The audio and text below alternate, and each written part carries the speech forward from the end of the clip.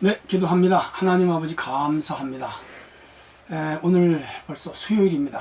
우리 하나님의 은혜가 우리 모든 성도들과 함께하고 쏘서 예수님 이름으로 기도합니다. 아멘. 네, 하나님 말씀입니다. 오늘은 사사기 7장 1절에서 8절, 벌써 7장 나갑니다. 제가 읽습니다. 여룻바알이라 하는 기드온과 그를 따르는 모든 백성이 일찍이 일어나 하롯셈 곁에 진을 쳤고 미디안의 진영은 그들의 북쪽 이호 모래산 앞 골짜기에 있었더라. 여호와께서 기드온에게 이르시되 너를 따르는 백성이 너무 많은즉 내가 그들의 손에 미디안 사람을 넘겨주지 아니하리니 이는 이스라엘이 나를 거슬러 스스로 자랑하기를 내 손이 나를 구원하였다 할까 함이니라. 이제 너는 백성 귀에 외쳐 이르기를 누구든지 두려워서 떠는 자는 길앗산을 떠나 돌아가라 하라 하시니 이에 돌아간 백성이 22,000명이요 남은 자가 10,000명이었더라. 여호와께서 또 기드온에게 이르시되 백성이 아직 많으니 그들을 인도하여 물가로 데려다가 거기서 내가 너를 위하여 그들을 시험하리라. 내가 누구를 가리켜 내게 이르기를 이 사람이 너와 함께 가리라 하면 그는 너와 함께 갈 것이요 내가 누구를 가리켜 내게 이르기를 이 사람은 너와 함께 가지 말라 할 것이니라 하면 그는 가지 말 것이니라 하시니라. 5절 이에 백성을 인도하여 물가에 내려가며 여호와께서 기드온에게 이르시되 누구든지 개가 핥는 것 같이 혀로 물을 핥는 자를 너는 따로 세우고 누구든지 무릎을 꿇고 마시는 자들도 그와 같이 하라 하시더니 손으로 움켜 입에 대고 핥는 자의 수는 300명이요 그 외에 백성은 다 무릎을 꿇고 물을 마신 죄라. 여호와께서 기드온에게 이르시되 내가 이 물을 핥아 먹은 300명으로 너희를 구원하여 미디안을 내 손에 넘겨주리니 남은 백성은 각각 자기의 처소로 돌아갈 것이니라 하시니 이에 백성이 양식과 나팔을 손에 든지라. 기드온이 이에 이스라엘 모든 백성을 각각 그의 장막으로 돌려보내고 그 300명 머물게 하니라. 미디안 진영은 그 아래 골짜기 가운데 있었더라. 아멘. 네, 재미있는 전쟁 이야기입니다. 군대 이야기, 전쟁 이야기는 재밌어요. 힘들긴 하지만. 자, 오늘 주제가 뭐죠? 거룩한 전쟁을 위하여 주님이 선발하신 300명. 기도원 전쟁 이야기는 신화 같기도 하고, 또 고대에서 전설 같기도 하고, 재밌잖아요? 근데 이건 전설도 신화도 아니고 역사예요. 자, 그런데 오늘 한번 보겠습니다.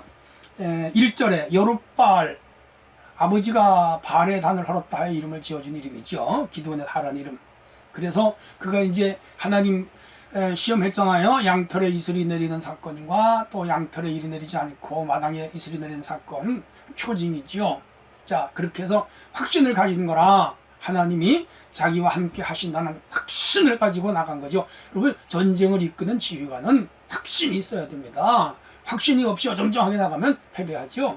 그러니까 이제 이미 기드온은 하나님의 영이 임하였고 하나님이 자신과 함께 한다고 하는 확신을 가졌죠. 오늘 우리가 믿음으로 이 확신을 가져야 됩니다. 개인도 성공하고 가정도 성공하고 직장 사업 다 성공하고 인생도 성공할 뿐 아니라 특별히 영적 생활에 승리하는 것이죠. 성도 여러분, 확신을 가지고 살아가시기를 바랍니다. 하나님이 함께 하신다 이 말이에요. 자, 2절에 보면 그렇게 해서 이제 하롯셈 곁에 이게 이제 기드온이 진을 쳤고 백성들은 그 아래 모래산 앞쪽에 여기 영은 진영을 말하는 것입니다. 막사를 쳤다 이 말이죠. 그리고 아말렉과 미디안과 동방 군대는 이스라엘 골짜기에 쳤지요. 고대 전쟁들은 골짜기와 골짜기 사이에서 서로 마주보고 진을 치고 한꺼번에 떼거지로 나오잖아요. 미련하기도 하죠. 중세 전쟁이나 고대 전쟁 보면 저렇게 해서 어떻게 전쟁을 하나. 근데 그땐 그랬어요. 그런 전쟁이 지금 시작되고 있습니다. 자, 2절에 여호와께서 기드온에게 말씀하십니다. 백성이 너무 많다는 거예요. 기드온이 군사 모집했잖아요. 스불론, 납달리, 저쪽에 므낫세. 이 기드온은 므낫세 지파란 말이에요. 그래서 자기 지파를 중심으로 갈릴리 북쪽에 있는 군대들을 다 모집을 했는데 많이 왔어요. 해서 하나님께서 너무 많다는 거예요.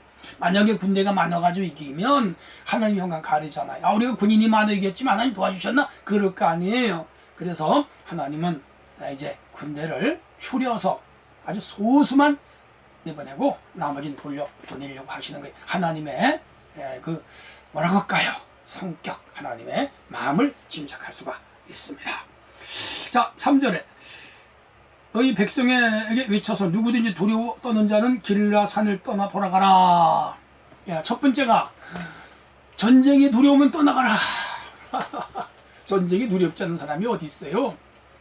두렵지요? 그랬더니 우르르 도망갔어요. 몇 명이요? 32,000명. 아니, 32,000명 중에 22,000명이 갔어요. 내가 아마 그 전쟁터에 있었다면 두려운 사람은 돌아가라. 돌아가지 않았을까?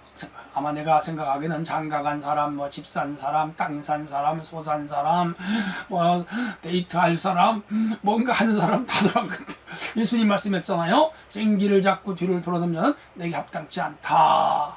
그러니까 자기 개인적인 일이나 혹은 전쟁 자체가 두려운 사람들은 돌아갔어요. 만약에 이자들 22,000명 데리고 가면 다 죽을 확률이 많아요. 왜? 두려운 사람들이 어떻게 전쟁을 이겨요? 두렵지 않은 사람들이 싸워야죠. 자, 오늘 신앙생활도 우리가 두려움으로 접근하거나 또 하나님 앞에 부담감을 가지고 신앙생활하는 사람들은 축복을 못 받아요. 신앙생활은 부담감을 갖지 말고 즐거운 마음으로 하나님이 함께 하십니다. 확신을 가지고 예배생활, 기도생활, 전도생활, 봉사생활, 헌금생활 그렇게 하는 거예요. 예. 자, 3절에 그렇게 해서 22,000명이 돌아갔습니다. 10,000명 남았어요. 많이 줄었죠? 3분의 1이 2가 돌아가고 3분의 1이 남은 거죠. 4절 여호와께서 기드온에게 또 말씀하십니다. 물가로 데려가라. 하나가 시험을 하겠다. 하나님은 악의로 시험을 하지도 않고요. 복을 주기 위하여, 잘 되게 하기 위하여, 굳건히 세우기 위하여, 우리의 신앙에 확신을 주기 위하여 이런 시험을 하실 때가 더러 있어요. 아브라함이 그런 시험을 받았지요. 승리했잖아요. 자, 그래서 하나님이 이 사람들은 데려가라. 그럼 데려가고, 이 사람들은 데려가지 말아라. 그러면 데려가지 말아라. 그건 뭐죠? 하나님께서 순종해야 돼. 우리가 무조건 순종, 또 순종. 그런 복을 받아야. 5절에 자, 데려갔습니다. 물을 마셔라. 그랬습니다. 개처럼 핥아서 먹는 사람 따로 세우고 엎드려서 물을 꿀꺽꿀꺽 마시는 사람은 저쪽으로 세워라. 저는 어릴 때 이 얘기를 주일학교 선생님한테 듣군요. 그 다음부터는 강가에 가서 물을 마실 때는 절대로 엎드려서 안 마셔요. 손으로 떠서 마셔요. 네, 습관이 된 것 같아요. 그래서 두 종류였어요. 하나는 핥아서 먹고 하나는 떠서 먹더라. 하나님께서 손으로 떠서 먹는 사람은 따로 세우고 엎드려서 꿀꺽꿀꺽 먹는 사람은 따로 세워라. 그랬더니요, 손으로 물을 떠서 핥아 먹는 사람은 300명, 엎드려서 좌우 살피지 않고 물을 꿀꺽꿀꺽 먹는 사람은 9,700명.